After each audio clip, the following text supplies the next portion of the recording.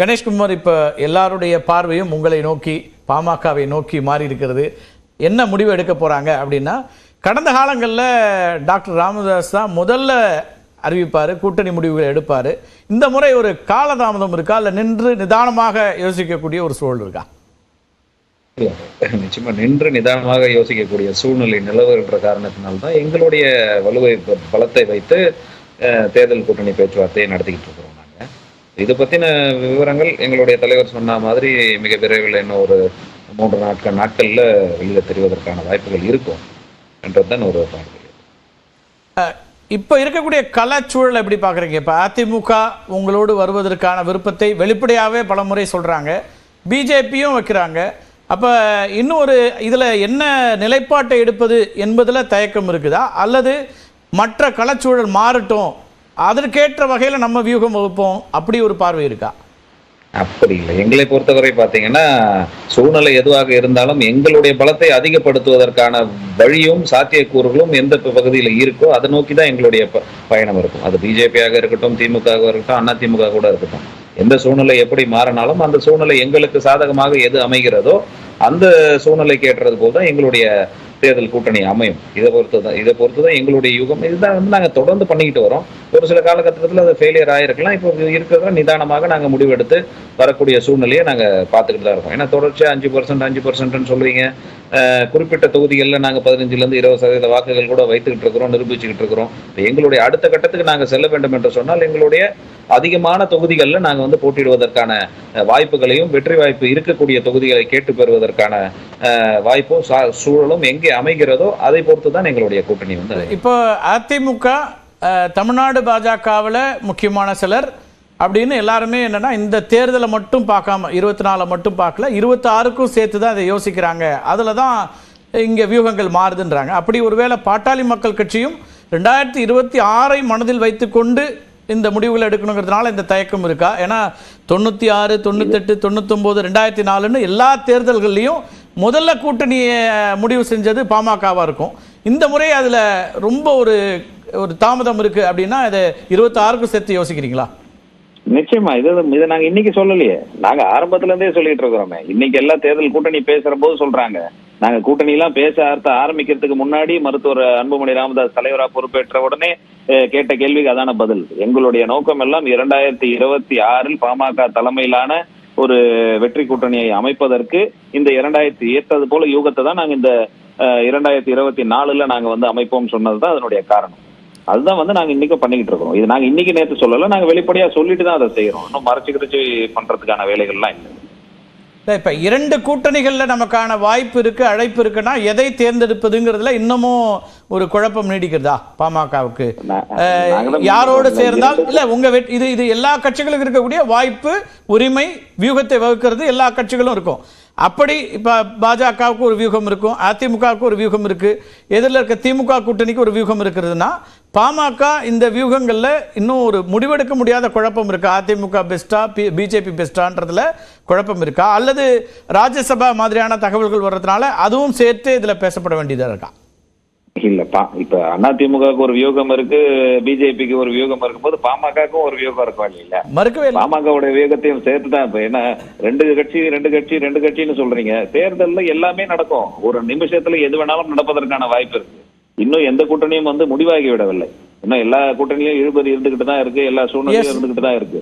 அப்ப சூழ்நிலை அதுல நீங்க இப்ப திமுக கூட்டணி உறுதியானது, நிறைவானதுன்னு நீங்க பாக்கலையா? அங்கேயும் இன்னும் இறுதிக்கட்ட மாற்றங்கள் வரும்னு நினைக்கிறீங்களா? நாங்க பாக்கல, இன்னைக்கும் நாங்க அதை பாக்கல. இன்றைக்கும் இழுபறி நடந்து கொண்டுதான் இருக்கிறது. தேர்தல் காலம் இல்லையா, உங்களுக்கு தெரியாத ஒண்ணும் கிடையாது. அரங்கத்துல இருக்கிற அத்தனை பேருமே ஒத்துப்பாங்க. தேர்தல் காலத்துல ஒரு நிமிஷத்துல எது வேணாலும் நடக்கலாம். போன தேர்தல் எல்லாம் பாத்தீங்கன்னா 2011 தேர்தல்ல பாட்டாளி மக்கள் கட்சி தான் முதல்ல போய் அறிவிச்சாங்க கூட்டணிய.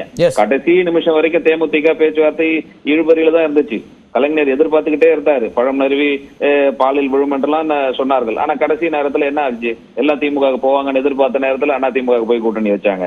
இதெல்லாம் ஒரு கட்சியும் நான் செஞ்சுக்கிட்டு இருக்கிற வேலைதான். அதனால தேர்தலுக்கு இன்னும் அறிவிப்பு வருவதற்கே இன்னும் கால அவகாசம் இருக்கும் பொழுது கூட்டணி முடிவாகிவிட்டது, உறுதியாகிவிட்டது அப்படின்றதெல்லாம் பேச்சுவார்த்தை. இப்ப அதிமுக கூட்டணியிலும் பேச்சுவார்த்தை நடக்கிறது, திமுக கூட்டணியிலும் பேச்சுவார்த்தை நடந்துட்டு இருக்குது, பிஜேபி கூட்டணி அமைப்பதற்கான பேச்சுவார்த்தை எல்லாம் நடத்தி கொண்டுதான் இருக்கிறார்கள். கேட்ஸ் ஆர் ஓபன், எந்த கேட்ஸும் க்ளோஸ்டு கிடையாது. இல்ல பாமகவுக்கும் எல்லா கேட்ஸும் ஓப்பனா இருக்கா இல்ல குறிப்பிட்ட கதவுகள் மட்டும் திறந்திருக்குன்னு பார்க்க வேண்டியிருக்கா? திமுக கூட்டணி உட்பட எல்லா கேட்டும் திறந்திருக்குன்றீங்களா? அரங்கத்துல இருக்கிற அத்தனை பேருமே ஒத்துக்கிறாங்க PMK is stepney party. It has been proven the odds from day one. இன்னி வரைக்கும் அவங்க ஓன் பேங்க் ஸ்டெபனா வச்சிருக்காங்கன்ன போது எல்லா கூட்டணியோட கதவும் திறந்துதான் இருக்கு. எங்களுக்கு எது சாதகம் என்ற வியூகத்தை நாங்க தான் அமைக்கணும். அப்ப எங்க வியூகத்தை நாங்க தான் மருத்துவர் ஐயா அவர்கள் மிக தெளிவாகவே அதை அமைப்பார். அதுல எந்த வித மாற்றம் கருத்தும் இல்லை. இப்ப அதிமுக ஒரு பக்கம் வெளிப்படையா முன்னாள் அமைச்சர் மருத்துவர் ராமதாஸ் அவர்களை சந்திக்கிறாரு, இதெல்லாம் நடக்குது, பேசுறாங்க. இன்னொரு பக்கம் விசிகாவுக்கும் அழைப்பு கொடுக்குறாங்க. அப்ப இதை எப்படி பாக்குறீங்க? காங்கிரஸ் விசிகாவுக்கும் அழைப்பு கொடுக்கப்படுது வெளிப்படையா. அதுதான் சொன்னேன் இல்லைங்களா, தேர்தலில் ஒரு நிமிஷம் கூட, தேர்தல் காலத்துல ஒரு நாள் கூட மிகப்பெரிய நாள். நேற்று வரைக்கும் இல்லாத ஒரு மாற்றம் இன்னைக்கு அதிமுக வாயிலிருந்து வந்திருக்கலாம். நாளைக்கு திமுக வாயிலிருந்து வேற கூட வரலாம். இது எல்லாத்தையும் எப்படி எல்லாம் சாத்தியம் இருக்கிறதோ அதெல்லாம் சேர்த்து பயன்படுத்துவது தான் பாட்டாளி மக்கள் கட்சியோட வியூகமாக இருக்கு. நேற்று இல்லாத மாற்றம் என்னது அப்படிங்கிற கேள்விதான் இருக்கு. நம்ம பேசலாம். ரவீந்திரன் துரைசாமி அவர்கள்ட்ட கருத்துக்கள் இருக்கும். சரி ரவீந்திரன், உங்கள்கிட்ட வர மணிகண்டன் கொஞ்சம் பொறுமையாக வர. இப்போ இந்த விஷயத்துல இன்னும் வெளிப்படையாவே கணேஷ் சொல்றாரு, எல்லாருக்கும் ஒரு வியூகம் இருக்க மாதிரி எங்களுக்கும் வியூகங்கள் இருக்குங்க. நாங்களும் வியூகங்களை வகுப்பதும் வெற்றியை பெறுவதும் அல்லது 26ஐயும் சேர்த்தே பார்க்க. இங்கே 26 ஒரு முக்கியமான விஷயமா மாறுதா? கண்டிப்பா 26 ஒரு முக்கியமான விஷயம் தான். கணேஷ்குமார் அவரோட ஸ்டாண்டையும் அவரோட பொசிஷன் ஆஃப் ஸ்ட்ரென்த்ல இருந்து ஆனஸ்டா வெளிப்படையா உண்மைகளை பேசினாப்ல. அந்த பொசிஷன் ஆஃப் ஸ்ட்ரென்த் பாமகவுக்கு இருக்குது. அது சேஷாத்ரி சொன்ன மாதிரி தேமுதிகவோட ஒப்பிடக்கூடிய அளவுக்கு உள்ள கட்சி எல்லாம் பாமக. அவங்களுக்கு அதிமுக ஆப்ஷன் இருக்குது. அது சி.வி. சண்முகம் பலமுறை பார்த்துருக்கிறாரு. பாஜக ஆப்ஷன் இருக்கு. மோடியே பாராளுமன்ற கட்டட திறப்புலாவுக்கு அன்புமணிகிட்ட கொடுத்த முக்கியத்துவம் நமக்கு கண்ணெதிர இருக்குது. இதையும் தாண்டி அவங்களுக்கு அவங்க நினைச்சா ஜாதிவாரி கணக்கெடுப்பு 10.5 இடஒதுக்கீடுன்னு தனித்து போட்டியிடக்கூடிய பலமும் இருக்குது. இந்த மூணாவது பலம் அவங்க அதை ஓபன் பண்ணல. நாங்க கூட்டணி போவோம்னு அவங்க சொல்லிட்டாலும் கூட அவங்களுக்கு இந்த பலமும் இருக்குது. அவங்க 89 நிரூபிச்ச பலத்தை 2016 கூட அன்புமணிய முதல்வர் சொல்லி நிரூபிச்சவங்கனால இன்னைக்கு பார்கெனிங் இதுல அவங்க ரொம்ப பெரிய பொசிஷன்ல இருக்காங்கிறது உண்மை. பட் இன்னொரு பாயிண்ட் ஆஃப் வியூ நம்ம எடுத்தோம்னா இது வெற்றி பெற்ற அணி ஒண்ணு. வெற்றி பெற்ற அணியில கொடுக்கறதெல்லாம் எம்பி போஸ்ட்ங்கிற லெவல்ல இருக்கிறாங்க. சோ அந்த அணியில பார்கெயின் பண்ணக்கூடியவங்க நாங்க எப்படி இருந்தாலும் இந்தியா கூட்டணியில தான் இருப்போம், சீட் இல்லைனாலும் நாங்க கூட்டணியில இருப்போம், அப்படி இருக்க போறது இல்ல, சீட் இல்லைனாலும் இருப்போம்னு சொல்றாங்க. நாங்க அதிகமா பிரஷர் பண்ணுவோம், எங்களுக்கு கிடைக்கிறத வாங்கிக்குவோம், நாங்க எங்களுக்கு எங்களுக்குள்ள சீட்டே பிரச்சனை இல்ல, 40 நீங்க ஜெயித்து தருவீங்கல்ல, அதனால உங்களுக்கு நான் அதிக முக்கியத்துவம் கொடுக்கிறோம், நாங்க உங்களை பிரைம் மினிஸ்டர் கேண்டிடேட்டா சொல்லதுக்கும் தயாரா இருக்குங்கிற லெவல்ல அது 19 இதே அடிப்படையில் நடந்து 38 இடங்களை வெற்றி பெற்றவங்க வின் இருக்கிறாங்க. கொடுக்கிறது எம்பி போஸ்ட்ங்கிற லெவல்ல அந்த அணி இருக்கிறாங்கிறதா உண்மை. அவங்களுக்குள்ளேயும் ஷேர்ல அதிக ஷேர் வேணும், எங்களுக்கு இவ்வளவு பலம் இருக்குது, எங்க ஷேர் 2 தானா, நாங்க எவ்வளவு பெரிய சக்தி, எங்களுக்கு ஷேர் அதிகம் வேணுங்கிற டிமாண்ட்ஸும் இருக்குது. அதே வேளையில பிரதான கட்சியான திமுகவும் ஷேரை குறைச்சு சொன்னாதான் ஸ்டேட்டஸ் கோவை தாண்டி அதிகம் கேட்கறத கண்டெயின் பண்ண முடியும்னு டாக்டிக்கலா அது போயிட்டு இருக்குது. திமுக பொறுத்த வரைக்கும் 25 இடங்கள்ல உதயசூரியன் சின்னம் நிக்கணும்னு ஒரு ஸ்ட்ராட்டஜி வச்சு அவங்க ஒர்க் பண்றாங்க. வரக்கூடிய செய்திகளை பார்க்கிறோம். அதுக்கேற்ற வகையில பேச்சுவார்த்தைகள் இருக்கலாம். அவங்களும் 26ல யாரும் அஃபண்ட் ஆயிடக்கூடாதுங்கிற எண்ணமும் 26ல மீண்டும் ஆட்சிக்கு வரும். அந்த 26ங்கிறது மாதிரி ஸ்டாலின் 2ஆம் முறை வர்றதுக்கு இந்த கூட்டணியை இன்டாக்டா வச்சுக்கிடணும், கூட்டணியில யாரும் அஃபண்ட் ஆகக்கூடாதுன்னு அவங்க நினைக்கிறாங்க. அதனாலதான் 3 சட்டமன்ற தொகுதியிலுமே தோல்வி அடைந்த முஸ்லிம் லீக்குக்கும் ஒரு சீட் அவங்க கொடுக்கறாங்க. ஈஸ்வரன் அவர்கள் 2 தொகுதியில தோல்வி அடைஞ்சாலும் அவருக்கு ஸ்டேட்டஸ் கோவை கொடுக்கறாங்க. ஜெயலலிதா அம்மையார் ஆட்சி அதிகாரத்தில் இல்லாத போது 3 தொகுதிகளை 3 சிபிஎம்முக்கும் சிபிஎம் கொடுத்தவங்க அதிகாரத்தில் வந்த பிறகு 1 தான் கொடுத்தாங்க. ஆனா ஸ்டாலின் அவர்கள் 2 அந்த ஸ்டேட்டஸ் கோவை கொண்டா. சோ ஸ்டாலினுக்கு அந்த நடவடிக்கையில ஒரு ஸ்டேட்டஸ் கோ அடுத்த தேர்தலுக்கும் இன்டாக்டா கொண்டு போகணும்ங்கிற இடத்துல இருந்து இந்த நகர்த்துறாங்க. அவங்களுக்கு இருக்குது. இப்ப என்னன்னா தோத்து போனவங்க அணில ஒரு பிளவு, failure is always an Arman. அதுதான் இப்ப திமுக கூட்டணியை பொறுத்த வரைக்கும் நீங்களே சொன்ன மாதிரி கடந்த காலங்களிலே பார்த்திருக்கோம். 2019லும் திரு திருமாவளவன் பேச்சுவார்த்தையின் போது அவர் வந்து வெளியில் வந்து முரண்கள் இருந்தது. 21 இன்னும் சொல்லப்போனால் கட்சி அலுவலகத்தில் எதிர்ப்பு குரல்கள் எழுந்தது. அது நேரலைகளில் காட்சிகளாக வந்தது. ஆனாலும் அதுக்கு பிறகு அவங்க தான் முதல்ல கையெழுத்து போட்டு 6 இடங்கள் அப்படிங்கிறதுக்குள்ளே போனாங்க. இந்த முறை அவர் சொல்கிறாரு, இந்த முறை இன்னும் ஒரு படி மேலே போய் சொல்கிறார். நியூஸ் 18 பேசும்போது நேற்றுக்கு சொல்கிறாரு, இது அதிமுக எங்கள் கூட்டணியிலிருந்து கட்சிகளை வெளில கொண்டு வரணுன்ற முயற்சிங்கிறது பிஜேபியோட அஜெண்டாங்கிற வரைக்கும் போறாரு. அப்ப அதுல என்ன மாற்றம் வந்துரும்? இது ஷுவர் ஷாட். திமுக அவங்களுக்கு ஷுவர் ஷாட் நிரூபிச்சிட்டாங்க. 19 நிரூபிச்சிட்டாங்க, 21 நிரூபிச்சிட்டாங்க. ஒரு ஃபார்முலா, ஒரு எம்பிக்கு 3 எம்எல்ஏ நிரூபிச்சிட்டாங்க. சோ வெற்றி பெற்றவங்க தோக்கிறது வரை பிரிய மாட்டாங்கிறது தான் சாதாரண நார்மல் ஒரு பொலிட்டிக்கல் தேரி. அதை தாண்டி அது அதிமுக அந்த அழைப்பு விடுக்கிறது வந்து அவங்களுக்கு நம்பிக்கை இல்லாம அல்லது அது எந்த ஹிண்ட்டும் இல்லாமல அப்படி ஓப்பனா வந்து சொல்லுவாங்க. அவங்க வந்து பாஜகவோட கூட்டணி சேர்ந்ததுனால 13+5 கொஸ்டினபிள். ஒரு கிறிஸ்தவ முஸ்லீம் வாக்குகள் வந்து தங்களுக்கு எதிராக போயிட்டு அது அவங்களோட கூட்டணி இருந்தா அடுத்த சட்டமன்ற தேர்தலில் தங்களை பாதிக்கும், அது மீண்டும் தங்களுக்கு தோல்வியை கொடுக்குங்கிற ஒரு மேக்ரோ வியூ அவங்கள்ட்ட இருக்குது. அது வந்து சிவி சண்முகம் அதை பிரதிபலிச்சாரு, இவர் ஜெயக்குமார் பிரதிபலிக்கிறாரு. சோ அந்த அது மட்டும் இல்ல 26ல நாங்கள் ஆட்சி அமைப்போம்னு திரு அண்ணாமலை அவர்களும் பேசும்போது நேச்சுரலி அவங்க அதை பத்தி அவங்க கொஞ்சம் செக்யூர்டா இருக்க வேண்டிய ஒரு தேவையும் வரலாம். அது கண்டிப்பா இருக்குது. அது பாஜக அவங்களுக்கும் உள்ள இன்னொரு பிரச்சனை நம்பர் ஆஃப் சீட்ஸ் தான். அண்ணாமலை டபுள் டிஜிட்ங்கிறாரு. Edappadi Palaniswami take it or leave இட்னு டாக்டர் தமிழிசை ஏற்றுக்கொண்ட மாதிரி 5 சீட் இருக்குன்னா அவர் ஒரு கட்டத்தில் ஓகேன்னு தான் சொன்னாங்க. ஸோ மேஜரா அவங்களுக்கு வந்து அந்த மைனாரிட்டிஸ் ஓட்ஸ்ங்கிற ஒரு இயக்கம் இருந்தாலும் கூட பாஜக பற்றி அவங்க என்ன வியூ பண்றாங்கன்னா, உங்களால எங்களுக்கு மைனாரிட்டி ஓட்ஸே வரமாட்டேங்குது. அப்படி இருக்கும்போது நீங்க டபுள் டிஜிட் அண்ணாமலை கேட்டா நாங்க எப்படி, அது எங்களுக்கு அந்த அணி எங்களுக்கு நஷ்டமா தான் இருக்குங்கிற லெவல்ல அவங்க பிஹேவ் பண்றாங்க. பாஜக பொறுத்தளவுல 4 மக்களவை தேர்தல் அவங்க 0 தான். 2004 ஜெயலலிதா அம்மையாரோட 0, 2019 பலரும் முயற்சி பண்ணியும் ஜெயலலிதா அம்மையார் சேர்க்கல. 14 மட்டும் ஒரு 5.5% ஒரு சீட்டும் கிடைச்சது. அப்போ இவங்களுக்கு வந்து 4 இதை பார்க்கும்போது தமிழ்நாட்டில் இழக்கிறதுக்கு ஒண்ணும் இல்ல. பாஜகவின் எதிர்நிலையில இருக்கவங்க பாஜக பெரிய சக்தியா பாக்குறாங்க. சகோதரர் சபீர் போன்றவங்க எல்லாம் மிகப்பெரிய சக்தியாட்டு பாக்குறாங்களே தவிர யதார்த்தத்தில் அவங்க வந்து தமிழ்நாட்டில் ஒன்றும் பெருசா சாதிக்கல. இழப்பதற்கு எதுவும் இல்லை அப்படின்னா உள்துறை அமைச்சர் அளவுல கதவுகள் திறந்திருக்குன்னு அதிமுக ஒரு சிக்னல் கொடுக்க வேண்டிய தேவை இருக்குமா?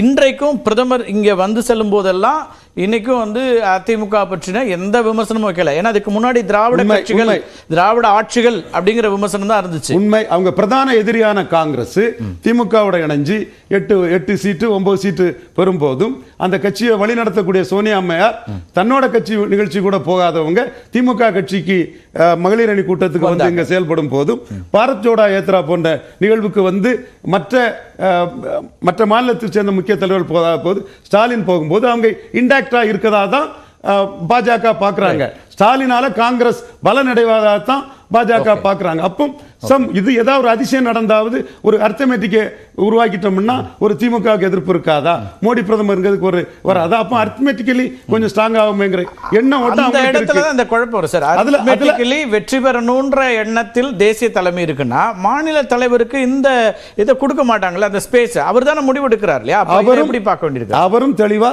இது வந்து வெற்றி பெறதுக்கு வாய்ப்பு இல்லைன்னு ஈரோடு கிழக்கு எலெக்ஷனுக்கு பிறகு தெள்ள தெளிவா மோடி அமித்ஷா கிட்ட அவர் எக்ஸ்பிளைன் பண்ணியிருக்கிறார். அதனாலதான் அவருக்கு இந்த ஹோல்டு இருக்குது. அப்ப இந்த இடத்துல ஏதாவது லாபம் வேணும். 2019 ஒரு சீட்டு கூட கிடைக்கல. மீண்டும் ஒரு பொருந்தா கூட்டணியை வச்சு ஒரு சீட்டும் கிடைக்காம போறதை விட கூட்டணிக்கு வந்தா ரெட்டலுக்கு சீட்டு வேணும்.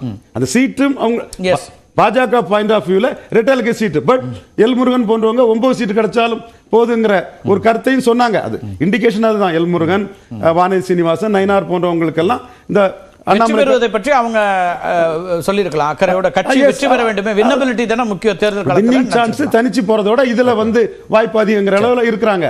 பட் அண்ணாமலை 5 சீட்டு வாங்கிட்டு take it or leave it வேண்டாம், ரெட்டை இலக்கத்துக்கு நாம வளர்ந்திருக்கோம், இங்க மோடி பிரதமர்ங்கிற முன் வச்சுதான் இந்த அணிக்கு வெற்றியே வர முடியுமே தவிர மற்ற அம்சங்கள் இருந்தாலும் இது ஒரு ட்ரம்ப் கார்டு. இதற்கு ரெட்டை இலக்கம் வேணுங்கிறதுல அண்ணாமலை சொல்றாரு. இந்த ரெண்டையும் பிரிட்ஜ் பண்ண முடியல. அண்ணாமலைக்கு கிளைமையும் எடப்பாடி பழனிசாமி ட்ரீட் பண்றதையும் பிரிட்ஜ் பண்ண முடியல. ஓகே. இன்னொரு பக்கம் நீங்க இப்ப இவ்வளவு உறுதியாக பிஜேபி இங்க தமிழ்நாட்டில் இருக்கு அப்படின்னா கூட்டணிக்கு வரக்கூடிய கட்சிகள் இன்னும் முன்னக்கூடியே வந்திருப்பாங்களே. இப்ப பாமக இவ்வளவு யோசிக்குமா? தேமுதிக யோசிக்கும். தேமுதிக நீங்களாம் இன்னும் அது வந்து அவ்வளவு வாக்கு சதவீத அடிப்படையில் வளர்ந்துடலன்றீங்க. அவர்களே கூட இன்னும் அந்த முடிவு எடுக்கலையே. தேமுதிகவுக்கு 50% 60% வாக்கு எடப்பாடி பழனிசாமி 2021 கூட்டணியை விட்டு விலக்கி விட்ட பிறகு ஒரு முக்கியத்துவத்தை கொடுத்து தன்னோட ஸ்ட்ராட்டஜிக்கல் வியூவில் ஜென்மனியன் யாத்திரைக்கு அழைப்பு கொடுத்து மீண்டும் என்டிஏக்குள்ள ஒரு நெருக்கத்தை ஏற்படுத்தினது அண்ணாமலை அவர்கள் தான். அதுவும் எடப்பாடி கொடுக்கக்கூடிய ஒரு நெருக்கடியும் பாஜகவுக்கு ஏற்படுத்தக்கூடிய ஒரு முக்கியத்துவம் தான். அடுத்தால விஜயகாந்த் பத்மபூஷன் மத்திய அரசு கொடுத்தாங்க.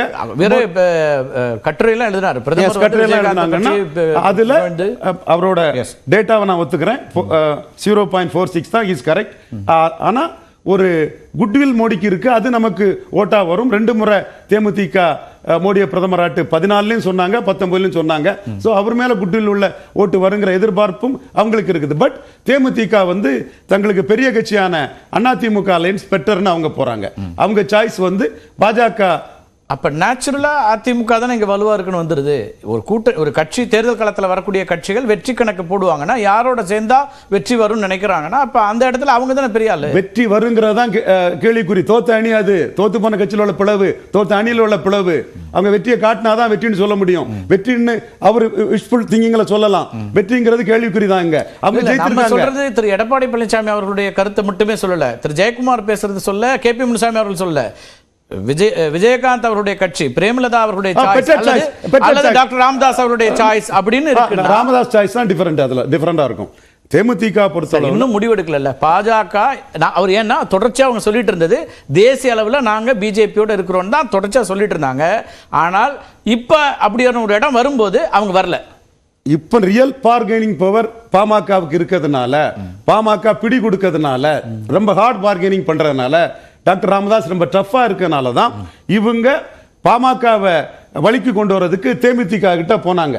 எல்லாம் போய் சந்திச்சாங்க. தேமுதிக பிளஸ் தான். விஜயகாந்த் குட்வில் இருக்குது, விஜயகாந்துக்கு மக்கள் அபிமானம் இருக்குங்கிறத தங்கமணி, வேலுமணி, பெஞ்சமின், இன்னொரு சகோதரர் அன்பழகன் நினைக்கிறேன் 4 பேர் ரெகனைஸ் பண்றாங்க. 4 முக்கிய தலைவர்கள் பண்றது தேமுதிக பிளஸ் தான். ஆனா அது அந்த அக்கார்ட் சைன் ஆச்சா இல்லல்ல. அப்ப இது பிஎம்கே சென்ட்ரிக்கா தான் அதை மூவ் பண்றாங்க.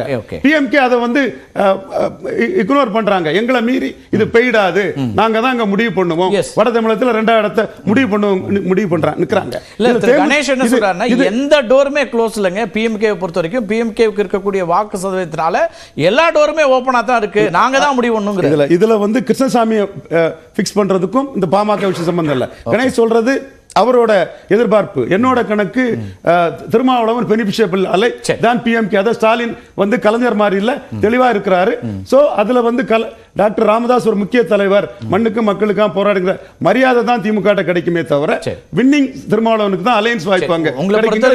இங்க வந்து தொகுதிகள் அதுல உடன்படிக்கையில தான் சிக்கல். ஆனா இந்த ரெண்டுல யார் வலுப்பெறுறா அதுதான் கேக்குறேன். அதிமுகவா பிஜேபியா? பிஜேபியோட கூட்டணியை சேர்க்கிறது இல்ல. அதிமுக தானே 2019 அலையன்ஸ் லீட் பண்ணாங்க, 21 லீட் பண்ணாங்க. அவங்களுக்கு அண்ணாமலை ஒரு செக்கா நின்னு சேலஞ்ச் பண்ணி வளர்ந்து நிக்கிறது தான் அண்ணாமலைக்கு ஒரு வளர்ச்சி. வேறு வார்த்தையில சொல்லிருக்கீங்க. நான் கேட்டது யார் இப்ப வந்து கூட்டணி கட்சிகளுடைய புரிஞ்சிருக்குமே. அண்ணாமலை போட்ட எந்த கணக்கும்